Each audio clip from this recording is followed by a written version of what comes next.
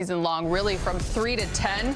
On any given night, things could change, and that's certainly what it is looking like right now. You see the Lakers avoiding the play-in as it stands today, but they're just 2 games ahead of the Suns, their opponent tonight, obviously, who are 2 games behind.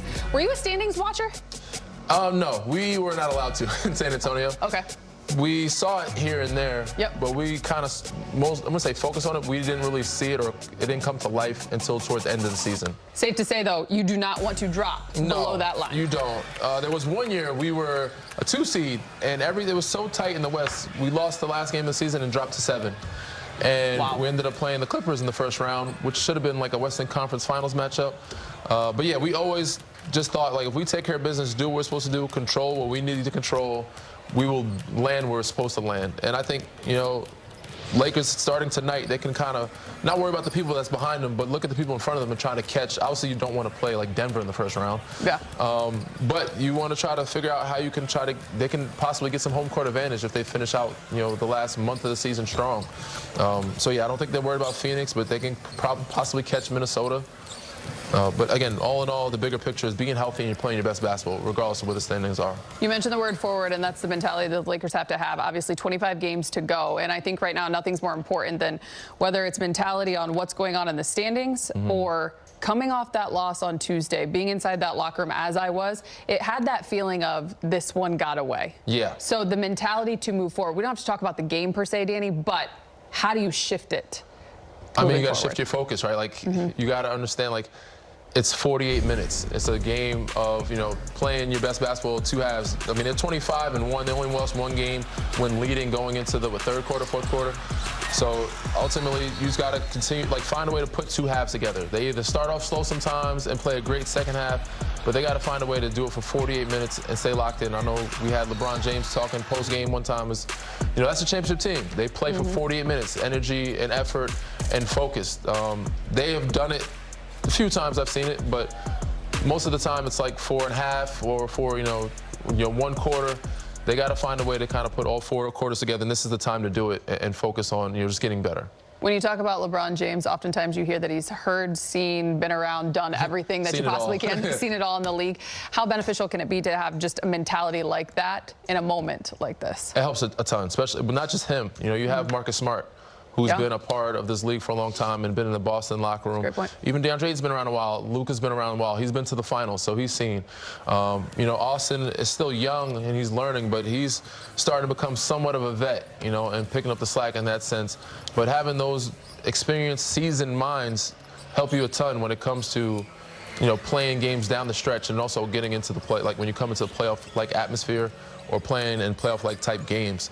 And for me, I think every game that's a big game toward the end of the season is a playoff-like game. You know, your team that's above 500, if you're playing in OKC or a Detroit or even a Houston or a San Antonio, like those games, even if it's regular season, you got to take it like it's a playoff type of game.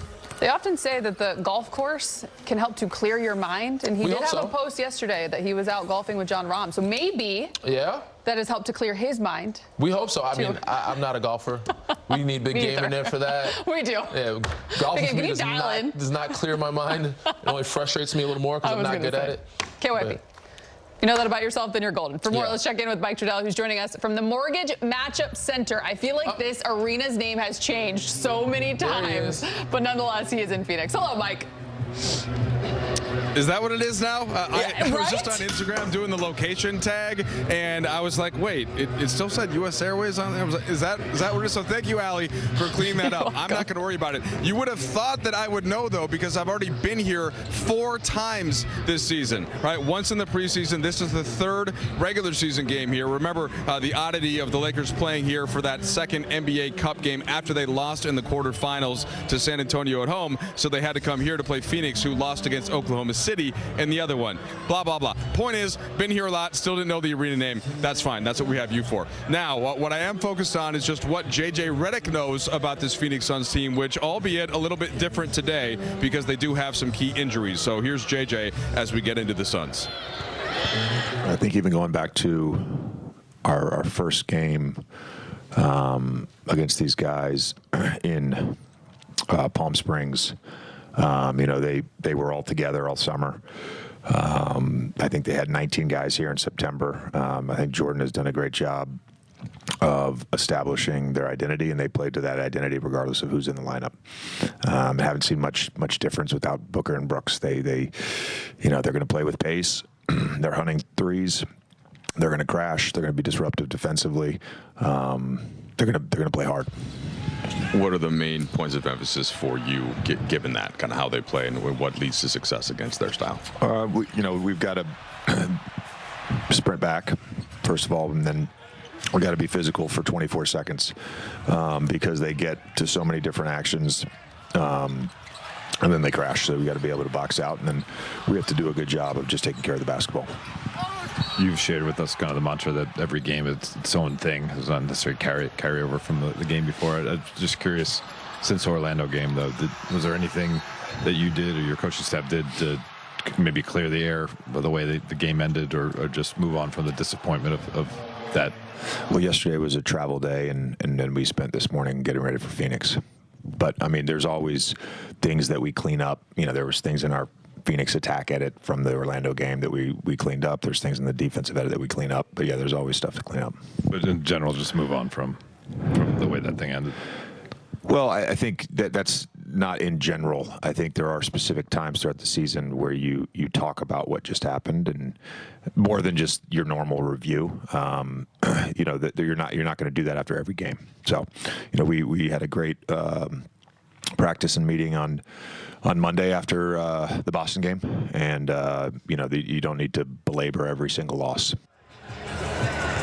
All right, so there's J.J. Redick. Now, Allie, we will have more from the Mortgage Matchup Center for you later in the show. And that is a mouthful, Mike Trudell. So if you never have to say it again, that is okay. I give you permission. We're at a break. Mortgage Matchup. The Suns will be without two of their best players tonight, as Danny mentioned. No Devin Booker, sidelined with a right hip strain. The Suns are 6-9 in 15 games without Booker this season. And everyone's favorite son, Dillon Brooks, out with a broken hand. Brooks is having his best season as a pro. But Phoenix is just 3-6 without his nearly 21 points a game, which makes sense because he is averaging some career highs across the board. So you're going to get a different version, Danny, tonight without the two of them. And yeah, there are the antics of Dillon Brooks that comes with his game, but the way he's been playing, as we just showed right there, it certainly means that they're going to look different. They have lost 4 of their last 5. For sure, but you cannot take them lightly. This is a team that plays hard with or without them. They've shown that throughout the whole season.